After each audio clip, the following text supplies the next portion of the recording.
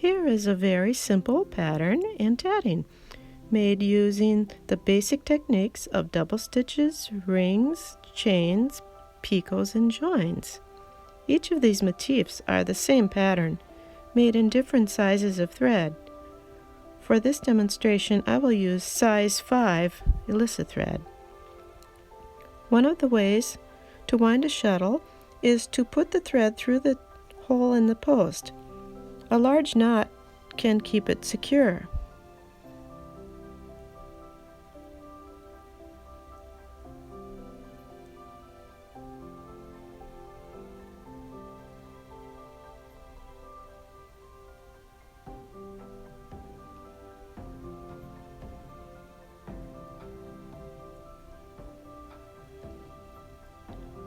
I wind a shuttle counterclockwise, but do what works best for you.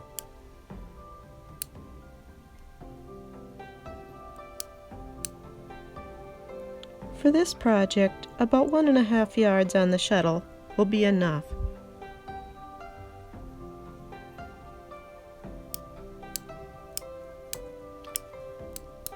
Leave the thread coming continuously from the ball.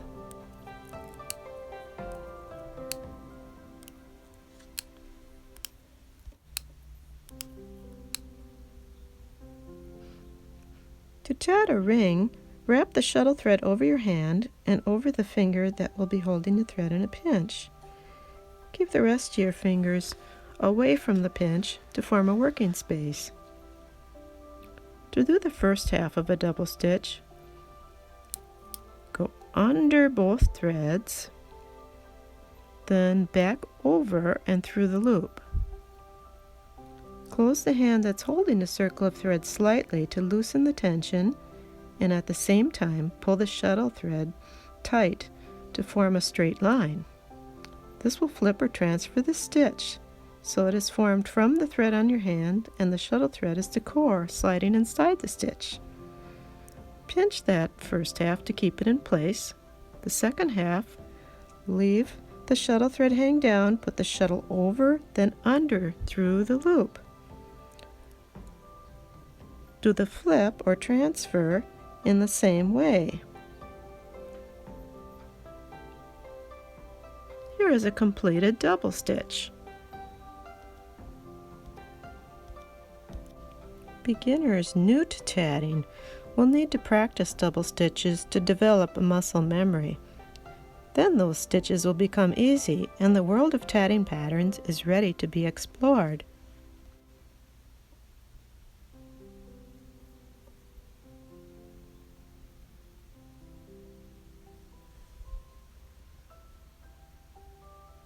And here we have 2 double stitches. And this is the third one. Okay, now time for the picot. To make a picot, do the first half of a double stitch, leave a space, pinch to hold the space, then the second half, and now slide that completed double stitch next to the others, and there's your picot. Now that stitch that was just made to form the picot, that counts as 1 in the next part of the pattern. So here's number 2, and here's number 3. Okay. And starting another picot.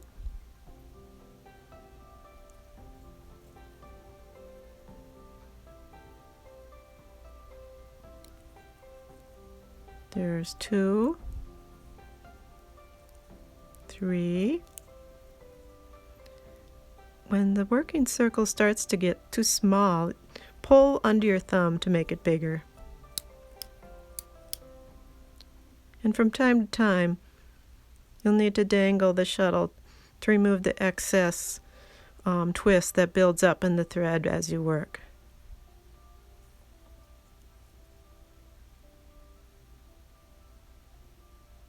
This is the third picot. There's 1 double stitch, 2, and 3. Now we have all the stitches and picots that we need for the ring. So now to close the ring, pull the shuttle thread to close the ring all the way up.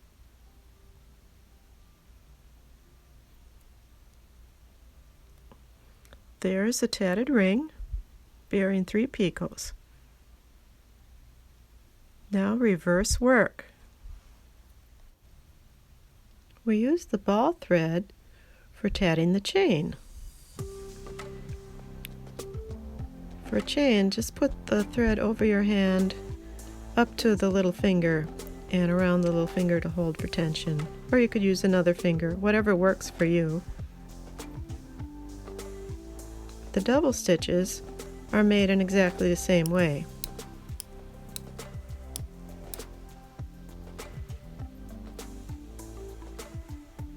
First half, and slide it right up against the previous tatting. Second half. Okay, there's a double stitch for the chain. There's 2 and 3, and so on. In this pattern, the chain has 7 double stitches, picot 7 double stitches.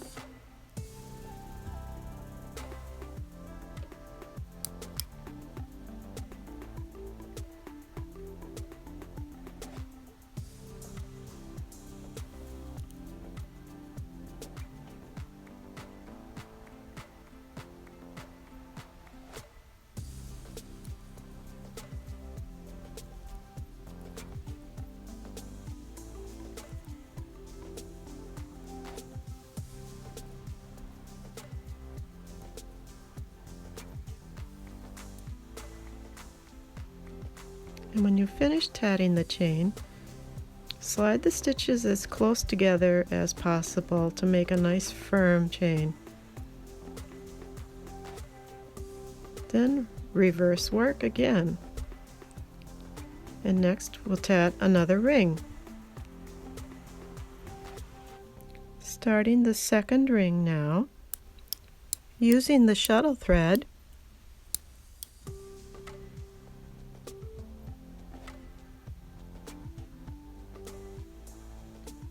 be sure to slide that first half right up against the previous tatting, and there's the first double stitch.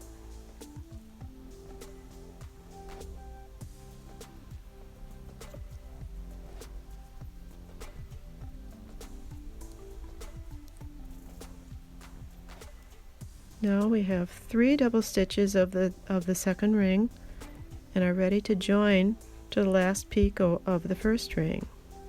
To do that, pull a loop of the thread through the picot from the thread that's on your hand, slip the shuttle through that loop of thread you just pulled through the picot, and snug it back up nicely around the core thread, just as if it was a stitch. Now some people go on and don't count that as a stitch. What I like to do is make the second half of a double stitch there, and I do count the join as the first double stitch in the next part of the pattern. Whatever you decide to do, just be consistent.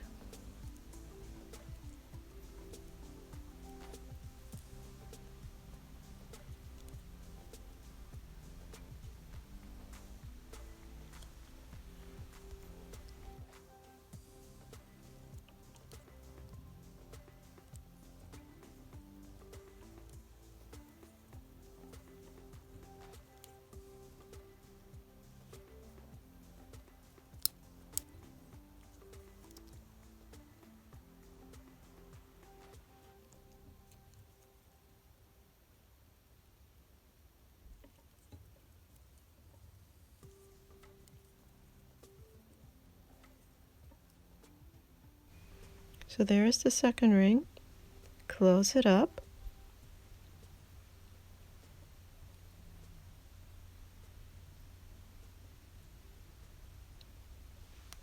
I'll continue in the same way. until there are 5 rings and 5 chains.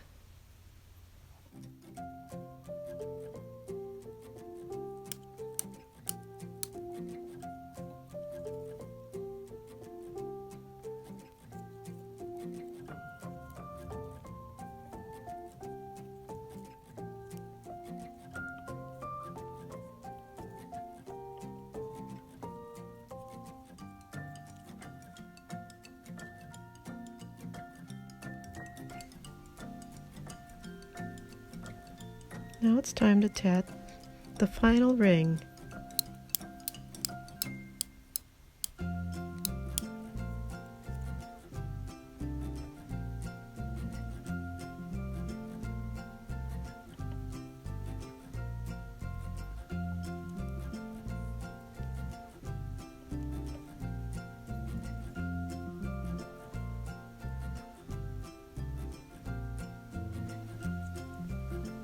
Join to the picot of the previous ring.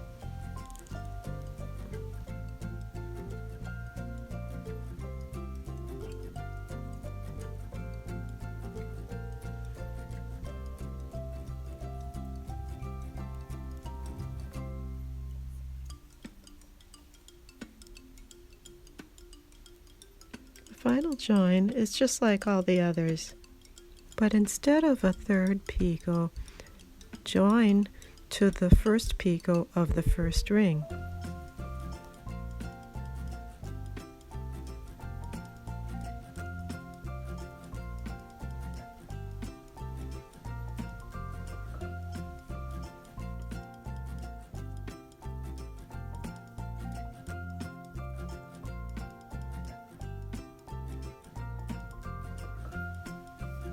Close the final ring. Now all the rings are joined together.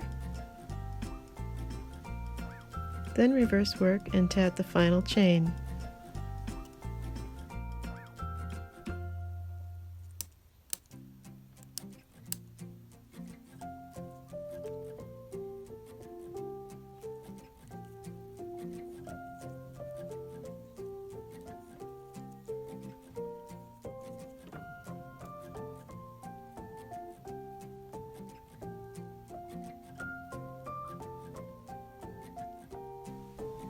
Now the motif is all done except for finishing the ends. Leave enough thread out several inches so that you have room to work with for sewing. Then cut the thread.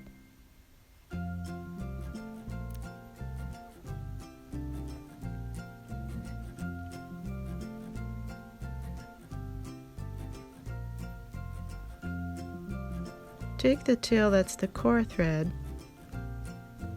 and thread that through a needle.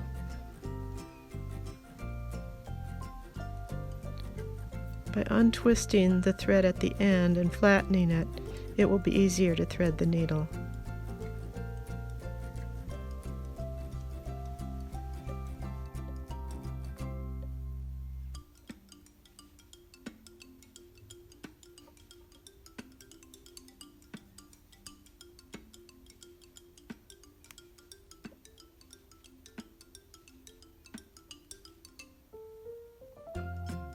Bring the needle through the little space between the first ring and the first chain.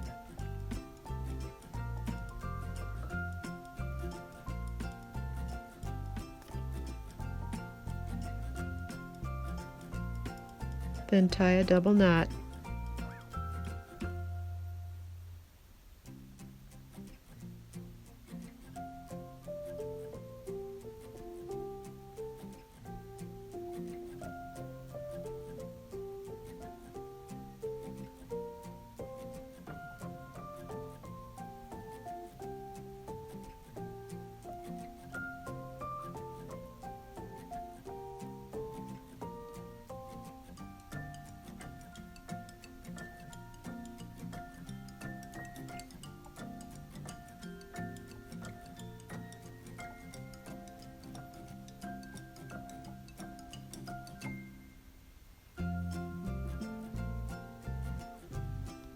Thread tails can be sewn under the caps of a few double stitches to hide them, unless you decide to leave the tails on and use them as a hanger.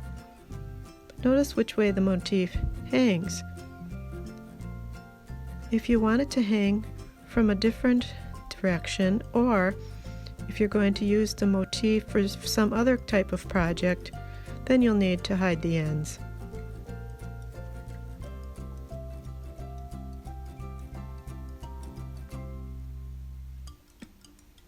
Go under the caps of the double stitches, first one way, then come back through the next one the other way, going back and forth.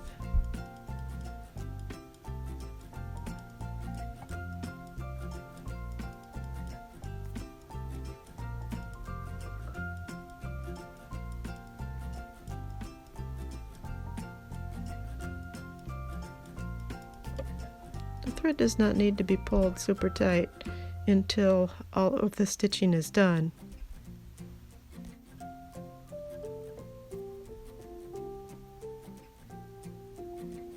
Go back and forth about 4 times.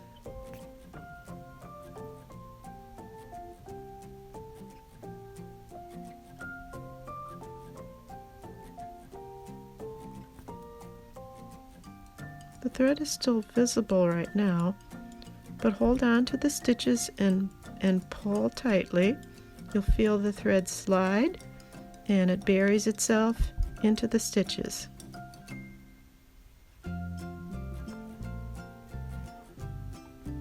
Then do the same for the other side.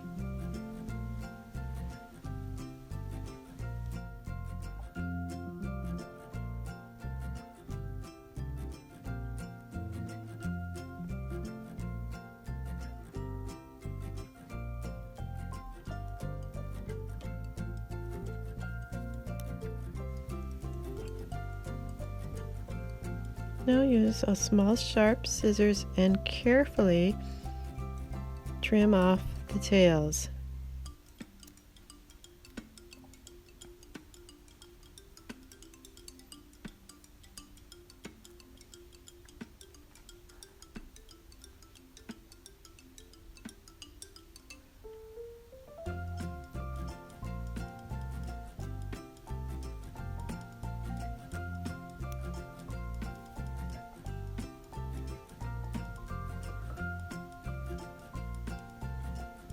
And there you have the finished motif.